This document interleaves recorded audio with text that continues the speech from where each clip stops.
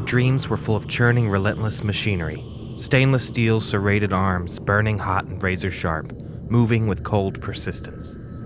The sound of a scream as the arms swing downward, the effortless sawing through soft human flesh, sending spouts of blood across burning metallic skin.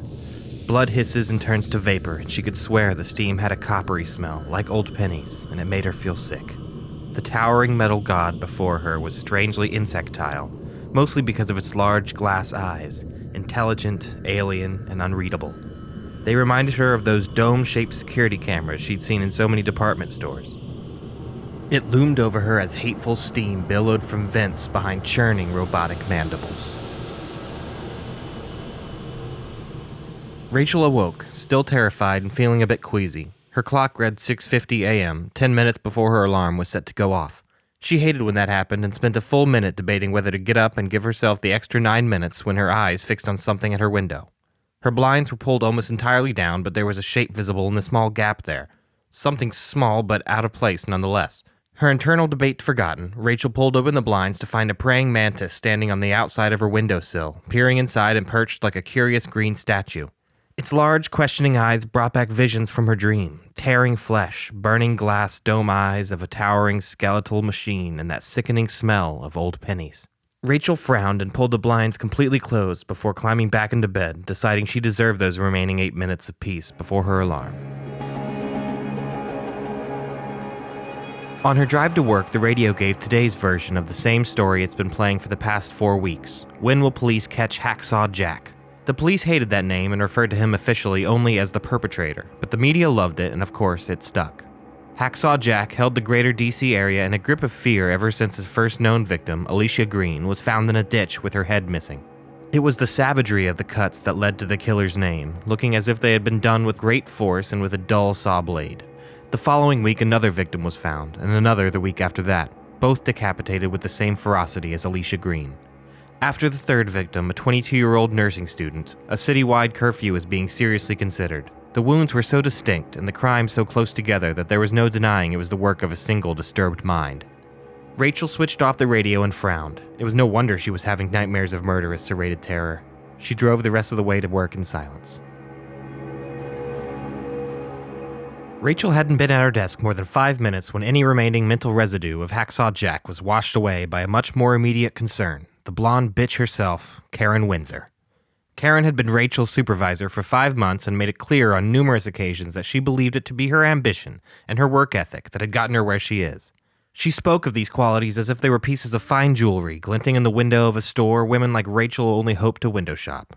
She had grown to despise Karen's small conversations, the ones where she would parade her life before you in small, condescending anecdotes, casually giving you enough of the full picture to deliver the message clear as day. We are not on the same playing field. Hell, we're not even playing the same sport. It was because of Karen Windsor that Rachel kept a bottle of aspirin at her desk. These constant conversations with her supervisor could sometimes bring on a real pounder. Today, after telling Rachel about her date on Saturday at some unpronounceable Michelin star restaurant in Northwest DC, Karen asked her to take an important package to the post office and overnight it. It simply had to be done immediately, Karen explained, contemptuously, and she couldn't trust it to an intern. Rachel hated the annoying trips to the post office, and Karen was aware of this fact. Rachel kept the radio off on her way to the post office and back, surprised to find that the short errand actually calmed her down. The only strange, notable thing was upon her return to her car from the post office, she discovered another praying mantis perched on her side view mirror. Disgusted, she brushed the creature away gently, though not without some contempt, and headed back towards the office. She found herself regretting the morning's negative feelings until Karen practically met her at the office door, yanking her inside the building by her arm and pulling her into the break room.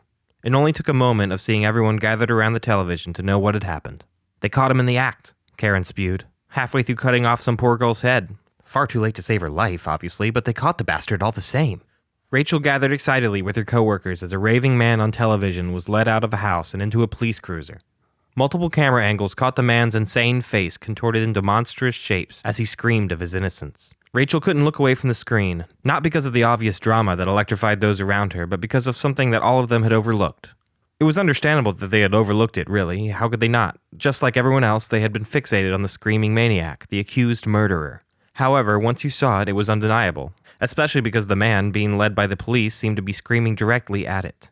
Atop the raving man's car, not 2 feet from where the officers led him screaming, stood a familiar bright green skeletal figure, a praying mantis.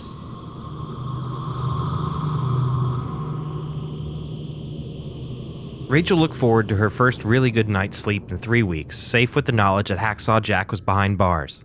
She was disappointed to find herself awake at 4:30 a.m., having tossed and turned through most of the night. When she did sleep, her dreams were plagued still by the white-hot sawing arms of the dome-eyed mechanical god, so she stayed up and she read on her laptop. Mostly, she read about praying mantises. Besides the well-known fact that mantises eat the heads of their mates, they were also totems of luck, intelligence, and patience in most cultures. Some believed the mantis to have a connection to the unknown and unseen world of spiritual truth. Rachel wondered what all those spiritual nutjobs thought about the head-eating. All she knew was they gave her the creeps. She was about to give sleep another try when she came across another article about an obscure Japanese folklore regarding the praying mantis. It stuck out to her because it used a word that none of the other articles had used, not even once. That word was death. This largely forgotten belief was that the praying mantis was no symbol of transcendent luck, but a harbinger of inhuman cruelty and a soothsayer of death. They believed the praying mantis to be a species of willing vessels to dark otherworldly intelligences, to demons. And to see one could be an omen of one's own damnation. Well, that was great. Rachel had certainly seen her fair share of them lately, hadn't she? She knew there would be no sleep tonight, and so she put on a pot of coffee and played video games until it was time to go to work.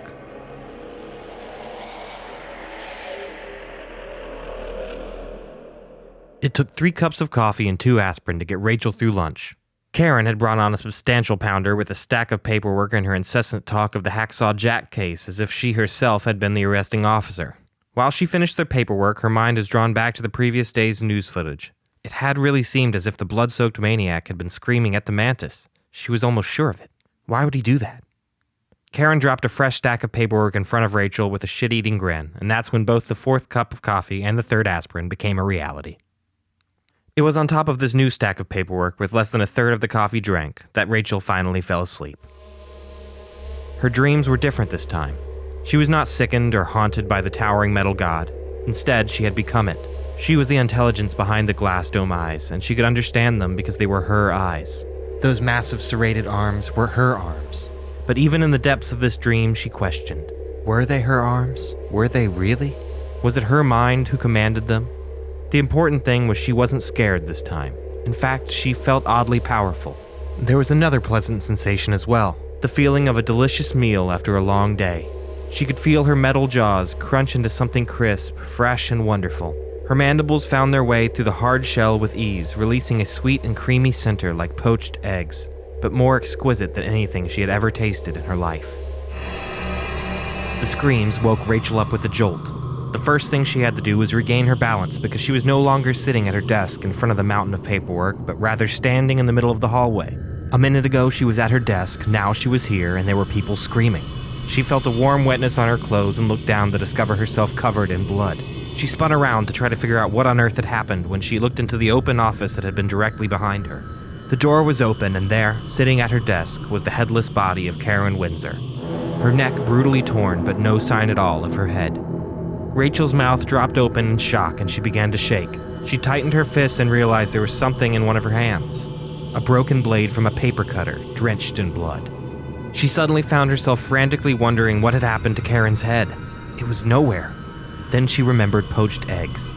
She thought of the crunch of some crispy shell and the release of a divine, creamy interior.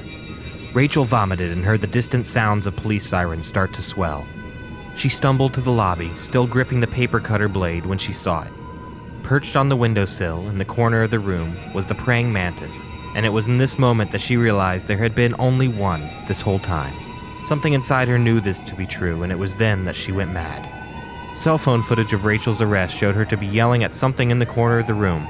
Nobody was able to understand what, if anything, she had been screaming at, as the phone video showed nothing there but empty room. The most troubling thing was that even though Miss Windsor was killed in her own office, the police have still been unable to locate her head. The arresting officer was a rookie named Stuart Hill, who could only explain the mad woman's behavior by saying she had clearly been off her rocker. Whatever had set her off, Stuart puzzled. It really must have been something.